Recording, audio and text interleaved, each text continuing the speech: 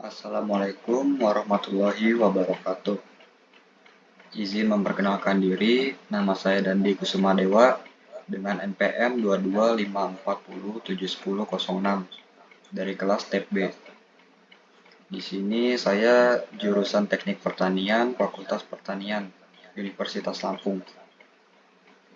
Dan di sini saya akan mempresentasikan sistem transmisi manual mobil dan motor dari mata pelajaran motor bakar dan traktor pertanian yang diampu oleh dosen bernama Pak Mareli Telaumbanua, STP MSc. Pendahuluan. Sejarah.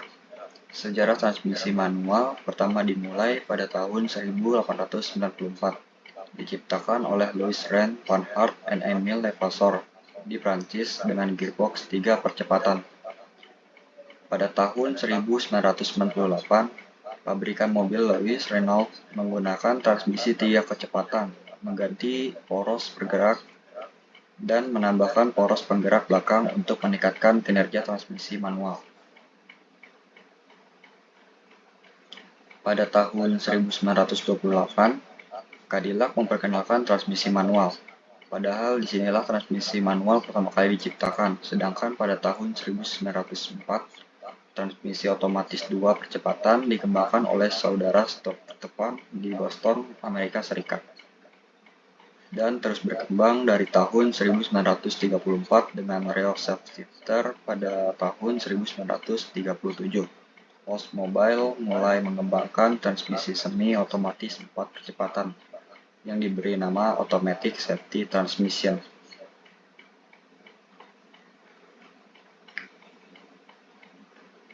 Transmisi manual merupakan sistem yang mengoperasikan mesin kendaraan dengan memvariasikan torsi atau momen putaran mesin sesuai kebutuhan dengan bantuan kopling.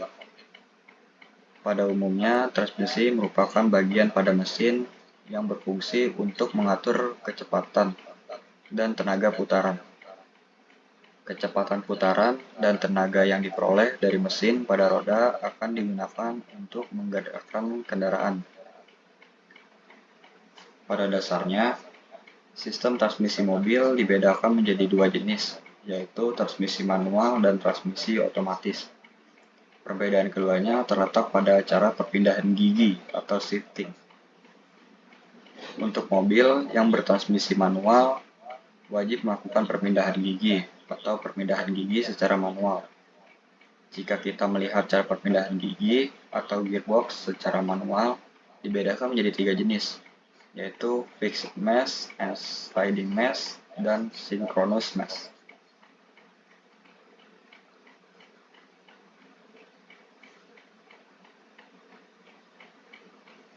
Selanjutnya ada prinsip kerja.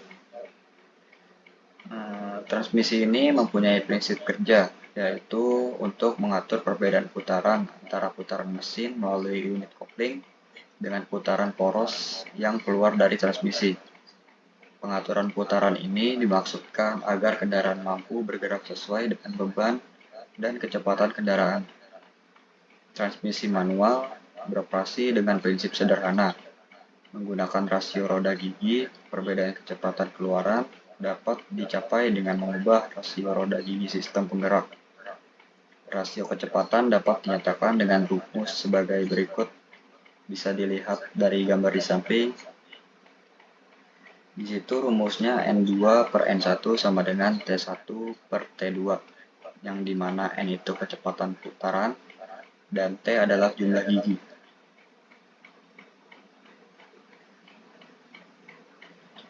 Macam-macam transmisi manual. Sistem transmisi gigi pada transmisi ada 3 macam, yaitu sistem perpindahan gigi atau kopling geser, sistem gigi tetap dengan menggunakan kopling jaring geser, atau kopling konstan. Di sini yang pertama tadi sudah disebutkan, yaitu tipe sliding mesh. Tipe sliding mesh ini pada posisi netral, setiap transmisi mempunyai posisi ini, di mana putaran poros input tidak dipindahkan ke poros output. Posisi ini digunakan saat berhenti atau yang lainnya di mana sedang tidak memerlukan tenaga mesin. Untuk memenuhi kebutuhan tersebut, maka kedua roda gigi pada poros output C dan D digeser agar tidak berhubungan dengan roda gigi dari poros input A dan B. Bisa dilihat pada gambar di kiri.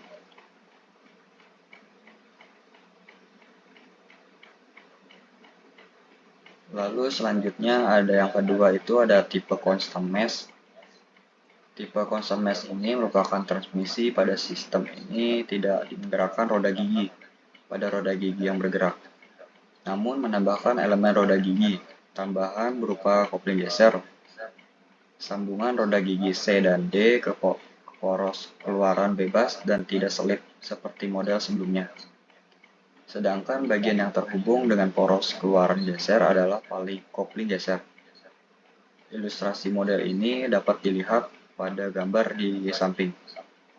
Pada model transmisi fixed gear ini dapat digunakan bentuk gigi yang berbeda dengan model transmisi linear. Hal ini memungkinkan pengguna roda gigi yang lebih bertenaga. Slipper clutch bisa digerakkan ke kanan atau ke kiri. Selanjutnya di sini ada yang ketiga, yaitu tipe synchron mesh. Dalam kondisi netral, synchron mesh ini berada di tengah dan tidak terpengaruh atau berpengaruh pada dua roda gigi yang bertetangga. Bila sinkronisasi digerakkan ke kiri menuju gigi 1, maka hubungan sinkronisasi 4 akan terdorong ke kiri dan menjadi lebih kuat. Akan mengerem putaran kerucut hingga pertengahan putaran. Begitu juga dengan gigi 1 dan sinkron poros 4.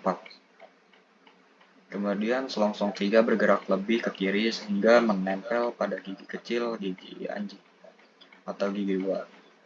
Posisi ini berarti proses koneksi telah selesai. Dengan begitu, proses penyambungan gigi transmisi tidak perlu menunggu putaran mesin menurun. Prosesnya sama ketika memasukkan gear yang benar, yaitu gear 8. Timing bergeser ke kanan menuju gear 8, kemudian sinkronisasi hubungan 4 akan terdorong ke kanan dan menjadi lebih kuat, sehingga akan memperlambat putaran, berkat berbentuk kerucut, hingga putaran antara roda gigi 8 dan hubungan sinkron 4 sama besar, maka selongsong 3 akan bergerak lebih jauh ke samping hingga menyentuh poros sinkron 4, gigi kecil, gigi anjing, atau gigi kecil 8.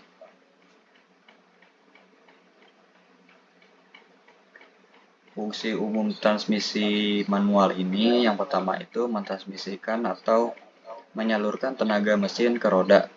Yang kedua, menambah momen atau torsi mesin sehingga kendaraan dapat bergerak ketika di starter. Lalu yang ketiga itu mengurangi torsi atau momen sehingga kendaraan bergerak cepat. Selanjutnya, transmisi manual sepeda motor. Fungsi transmisi manual sepeda motor. Sebelum mengetahui bagian sepeda motor dan transmisi manual, kita perlu memahami fungsinya. Transmisi manual pada sepeda motor mempunyai fungsi untuk mengubah rasio transmisi antara mesin dan roda belakang. Dalam hal ini, transmisi manual memungkinkan pengendara untuk mengatur kecepatan sepeda motor sesuai kebutuhan saat berkendara, seperti saat start, dari posisi berhenti, saat menanjak, atau saat melaju di jalan raya dengan kecepatan tinggi. Pada transmisi manual, sepeda motor terdapat beberapa roda gigi yang dapat dipilih pengendara tergantung kecepatan yang diinginkan. Pengemudi dapat memilih gigi yang rendah untuk memulai dari berhenti atau menaklukkan bukit. Sedangkan gigi yang lebih tinggi digunakan untuk melaju dengan kecepatan lebih tinggi di jalan raya. Oleh karena itu, transmisi manual pada sepeda motor sangatlah penting untuk memastikan pengendara dapat mengendalikan kecepatan dan tenaga mesin secara efektif dan aman. Selanjutnya di sini ada komponen-komponen transmisi manual pada motor. Yang pertama ada input shaft, yaitu untuk menangkap persatuan putaran dari kopling dan akan meneruskannya ke gear set di dalam transmisi.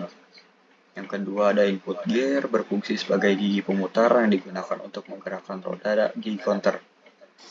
Yang ketiga, output shaft, berfungsi pada roda gigi dan mengubah peristiwa ledakan yang bersamaan. Yang keempat, output gear, untuk driven gear yang dapat memutar rantai. Lalu yang kelima ada speed gear. Speed gear ini selalu terhubung pada roda gigi counter dan akan berputar saat motor dinyalakan. Selanjutnya ada counter gear. Counter gear ini untuk menyalurkan persatuan putaran dari input gear ke masing-masing speed gear. Lalu selanjutnya ada sliding gear. Sama dengan output gear, akan tetapi sliding gear ini dapat berubah slide. Yang kedelapan ada tuas transmisi, yaitu untuk input mengatur kecepatan transmisi. Yang kesembilan ada selector arm untuk menggerakkan selector drum. 10 oversive arm untuk menghentikan putaran selector drum agar tidak over. Yang ke-11 ada arm return spring untuk membalikan posisi lengan saat kembali ke posisi semula. Ke-12 ada selector pin untuk media untuk selector drum. Selanjutnya ada selector drum untuk mengalihkan sliding gear. Yang terakhir ada shifok.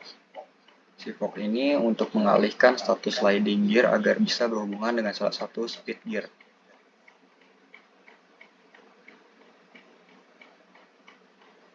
Cara kerjanya yaitu transmisi manual sepeda motor bekerja dengan menggunakan kopling dan gigi. Saat pengendara ingin menggantikan gigi, ia harus memutar tuas gigi pada sepeda motor untuk membedakan gigi secara manual. Ketika kopling dilepaskan, tenaga dari mesin akan dialirkan oleh roda belakang melalui gigi yang dipilih. Cara kerja yang pertama yaitu saat gigi naik. Saat gigi naik ini, jika pengendara ingin mengoper gigi naik, ia akan menekan tuas kopling, biasanya dioperasikan dengan tangan kiri.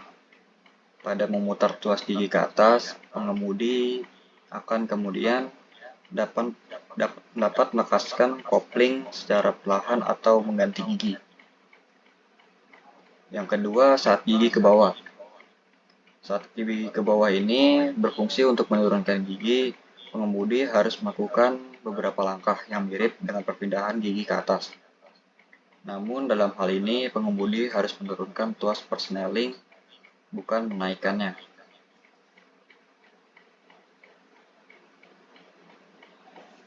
Selanjutnya di sini ada kelebihan dan kekurangan dari transmisi manual pada sepeda motor. Di sini keunggulan transmisi manual sepeda motor yang pertama adalah pengendaliannya itu lebih baik.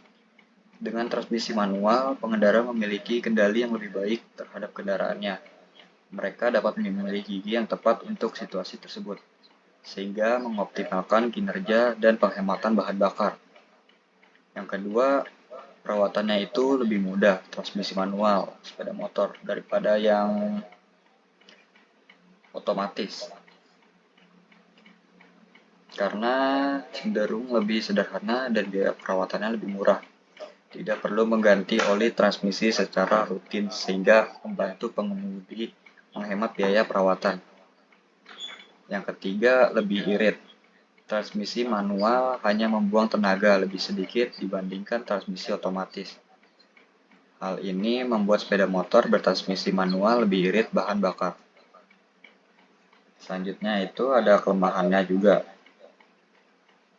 Yang pertama, kelemahan transmisi manual sepeda motor ini yaitu keahlian yang diperlukan bagi pengemudi. Tentu saja ini untuk mengoperasikan transmisi manual dengan baik. Pengemudi harus mempunyai keahlian khusus yang tidak dimiliki oleh pengemudi sepeda motor transmisi matic atau otomatis. Hal ini mungkin menyulitkan bagi mereka yang baru mengendarai sepeda motor manual. Yang kedua itu ada berkendara di tengah kemacetan. Bisa lebih melelahkan. Mengemudi dengan transmisi manual di tengah kemacetan bisa lebih melelahkan. Pengemudi harus terus-menerus mengganti kopling dan transmisi, serta lebih sering mengerem. Yang ketiga itu rawan kesalahan manusia atau human error, ya, karena transmisi manual memiliki resiko kesalahan yang lebih tinggi dibandingkan transmisi otomatis. Pengemudi harus berhati-hati saat memindahkan gigi agar tidak merusak transmisi tersebut. Selanjutnya di sini masuk ke transmisi manual pada mobil. Fungsi transmisi manual pada mobil. Disebut transmisi manual pada mobil ini karena penggunaannya dilakukan dengan memadukan kopling, poros, dan roda mobil. Jadi, dengan menggunakan beberapa part tersebut atau bagian-bagian tersebut, mobil bisa bergerak. Meski mobil keluaran baru kini lebih memilih transmisi otomatis, transmisi manual masih disukai banyak pengemudi. Alasannya ya karena agar lebih menghemat bahan bakar. Selain itu, biaya perawatannya juga lebih murah. Untuk lebih memahami transmisi manual, berikut penjelasan singkat beberapa fungsinya. Yang pertama itu saat mengganti gigi kendaraan. Transmisi manual dapat digunakan untuk mengganti gigi pada mobil. Semua mobil bertransmisi manual biasanya memiliki 5 jenis gigi yang didistribusikan menurut tingkat kecepatannya. Semakin tinggi gigi yang digunakan, maka mobil akan melaju semakin cepat. Jadi kalau mau ngebut atau ya, lebih ngebut lagi harus main speed untuk berpindah gigi. Pengguna akan menggunakan gearbox ini atau transmisi untuk mengganti persneling mobil dan perlu juga menggerakkan tuas persneling. Ditekan kopling terlebih dahulu, lalu gerakan persneling untuk berpindah gigi. Jika Anda memindahkan gigi dengan benar, perpindahan gigi akan lebih mulus. Sebaliknya, jika pergerakan gearbox terlalu cepat dan tidak akurat, akan menimbulkan gangguan dan pergerakan gearbox menjadi tidak terlalu akurat. Lalu yang kedua di sini ada transmisi tenaga mesin. Yang fungsinya transmisi lainnya ini adalah menyalurkan atau mentransmisikan tenaga dari mesin mobil ke roda. Oleh karena itu, putaran yang terjadi pada motor kopling akan diteruskan ke transmisi mobil dan disalurkan kembali ke poros, penggerak, dan roda. Tenaga yang dikeluarkan transmisi manual ini umumnya lebih besar dan konsisten. Lalu yang kedua itu ada pengendalian tenaga dan kecepatan mesin. Tenaga dan kecepatan mesin mobil dapat dikendalikan dari transmisi manual. Hal ini terkait dengan fungsi pertama di mana pengemudi dapat mengontrol kecepatan gigi melalui transmisi manual. Pengemudi bahkan bisa mengontrol seberapa besar tenaga mesin mobil dikendalikan. Lalu di sini yang ketiga itu melatih torsi atau momen yang dihasilkan mesin. Transmisi manual pada mobil juga dapat melatih torsi yang dihasilkan mesin mobil. Contohnya adalah perubahan tenaga torsi dan putar mesin. Hal ini biasanya disesuaikan dengan kondisi jalan serta beban mesin yang ditimbul. Yang terakhir itu memindahkan kendaraan maju mundur. Transmisi manual sangat membantu kendaraan bergerak maju dan mundur langsung dengan pedal transmisi tanpa perlu mengganti gigi. Pengendara bisa mundur ke mundur misalnya saat ingin memarkir mobil bertransmisi manual. Selain itu, transmisi manual juga memungkinkan kendaraan berhenti meski mesin masih hidup.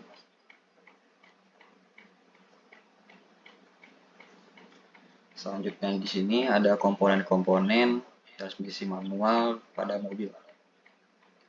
Yang pertama, gigi transmisi yaitu untuk mengubah tenaga menjadi gaya momen atau torsi.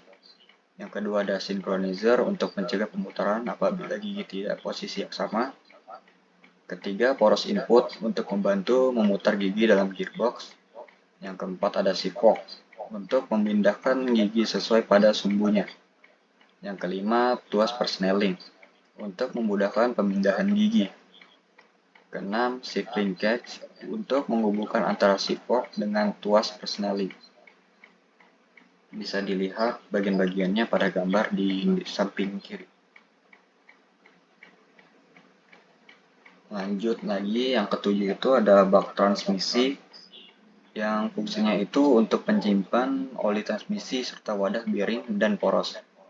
Yang kedelapan, input shaft untuk melakukan pemutaran gigi pertama sebelum mengalir ke gigi lainnya. Yang kesembilan ada output shaft, yaitu untuk membantu pemindahan momen dari transmisi ke gigi akhir. Yang 10, counter gear untuk menghasilkan momen dari gigi input ke gigi cepat. Yang ke-11 ada hook sleeve untuk mengunci supaya diberhentikan saat berkendara. Ke-12 reverse gear untuk mengubah putaran output dan jalan mundur. Dan terakhir itu ada speedometer gear untuk menggerakkan kabel kecepatan mobil dapat terukur. Di sini ada cara kerja transmisi manual pada mobil, yaitu transmisi manual beroperasi dengan prinsip sederhana menggunakan rasio roda gigi. Perbedaan kecepatan keluaran dapat dicapai dengan pengubah sistem rasio roda gigi pada sistem penggerak. Transmisi manual pada mobil juga mematuhi prinsip pengaturan waktu. Akhirnya, dengan perbandingan gigi tersebut akan dihasilkan torsi yang sesuai dengan beban mesin saat mobil melaju.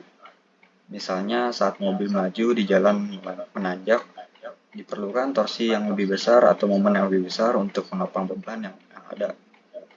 Momen diperoleh dengan mengurangi kecepatan putaran melalui gearbox atau transmisi untuk mencapai torsi atau momen yang lebih besar dengan daya yang sama. Sebaliknya, jika diperlukan momen yang rendah atau torsi yang rendah, maka kecepatan akan meningkat. Huruf N pada mesin itu artinya dalam keadaan netral, yaitu mesin dan transmisi tidak saling berhubungan. Dan apa itu gearbox atau transmisi? Prinsip pengoperasian, perawatan, dan fungsinya pada mobil.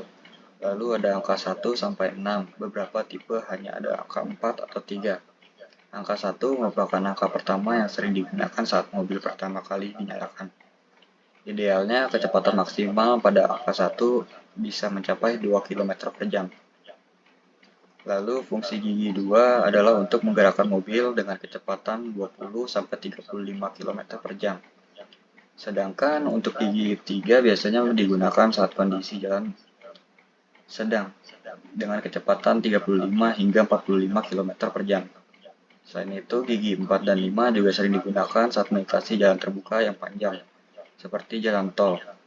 Batas kecepatan ideal pada gigi 4 adalah maksimal 65 km per jam, sedangkan nomor 5 itu bisa mencapai kecepatan 100 km per jam. Kemudian gearbox atau transmisi R akan beroperasi jika kendaraan bergerak mundur.